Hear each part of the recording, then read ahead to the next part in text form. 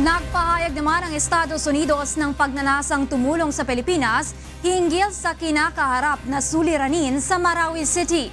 Kabilang ito sa tinalakay sa pagpupulong ni Pangulong Rodrigo Duterte at US Ambassador to the Philippines, Sung Kim, sa Malacanang kahapon.